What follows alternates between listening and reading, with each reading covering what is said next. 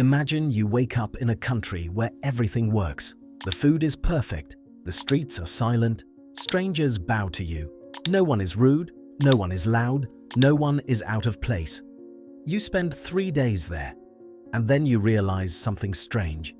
In 3 days, you haven't seen a single person look happy. There's a moment, if you've ever stood in the middle of Tokyo, where something quietly unsettles you. Not because anything is wrong, because nothing is.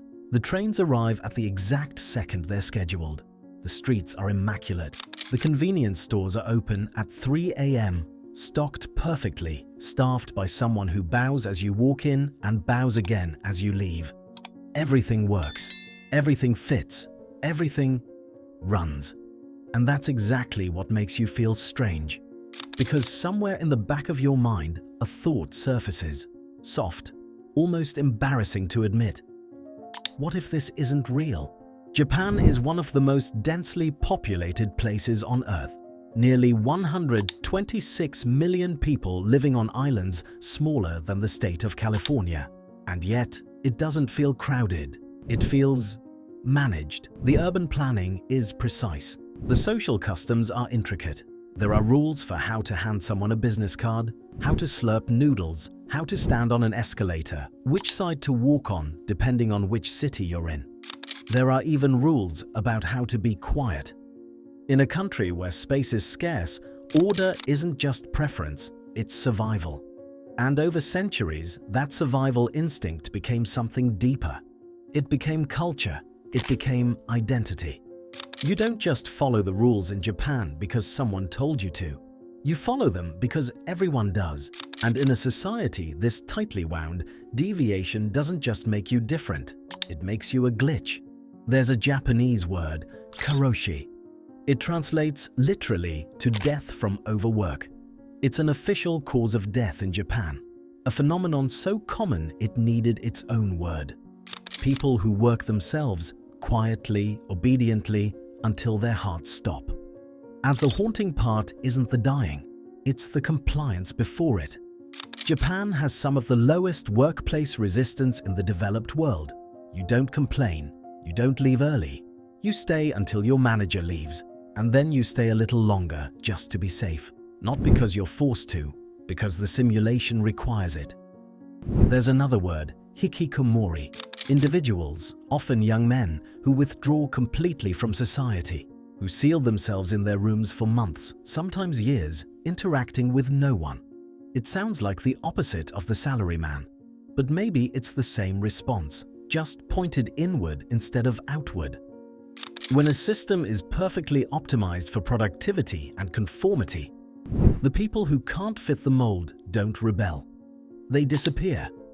Here is where Japan becomes genuinely difficult to explain. In the same country where men work themselves to death for companies that will forget them, there are cafes where you pay to sit with a cat. There are restaurants where every dish in the window is a perfect plastic replica of the food inside. There are concerts selling out arenas for a singer who does not exist. Hatsune Miku is a hologram, a synthesized voice, a projected image of a turquoise-haired girl who will never age, never cancel a tour, never disappoint you, and tens of thousands of people love her. Not ironically, sincerely. You might be tempted to call this escapism, and maybe it is, but there's something more interesting happening here. A society that has become so fluent in constructed reality that the line between simulation and sincerity has dissolved. The plastic food looks better than the real food. The virtual idol feels more reliable than a real person. The constructed world is safer, cleaner, more predictable than the one outside. And so, consciously or not, Japan keeps building this world. Japan is also disappearing. The birth rate has been falling for decades.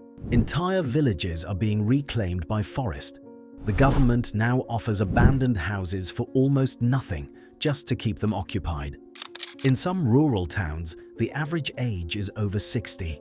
The young people left, or they never came, and the ones who stayed in the cities are increasingly choosing not to have children, not out of selfishness, but out of something quieter. A calculation maybe, An honest look at the cost of entry into a system that demands everything and offers, in return, a clean train and a vending machine that never runs out of anything. You look at all of this, the order, the conformity, the overwork, the holograms, the emptying countryside, and you start to wonder, what is this system for? It runs beautifully, it is maintained obsessively, it produces and organizes and optimizes. But optimized toward what? This is the question that makes Japan feel like a simulation.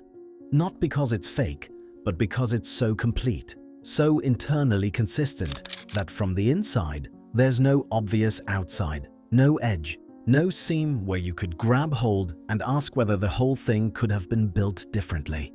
It simply is, and it continues. Philosophers have spent centuries asking whether reality is real. But Japan makes the question practical.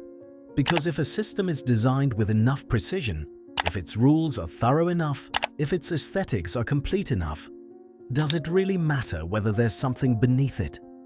The trains run, the people bow, the hologram sings, and somewhere in a small apartment in Osaka, or Sapporo, or the outskirts of Tokyo, someone is sitting alone in the blue light of a screen, surrounded by a city that never sleeps and never falters, wondering, the way you are wondering right now, is this what life is supposed to feel like? Maybe the most dystopian thing about Japan isn't the overwork, or the loneliness, or the emptying towns. It's that from the outside, looking in, it looks perfect. And that's the thing about simulations. They're not designed to feel like cages. They're designed to feel like home.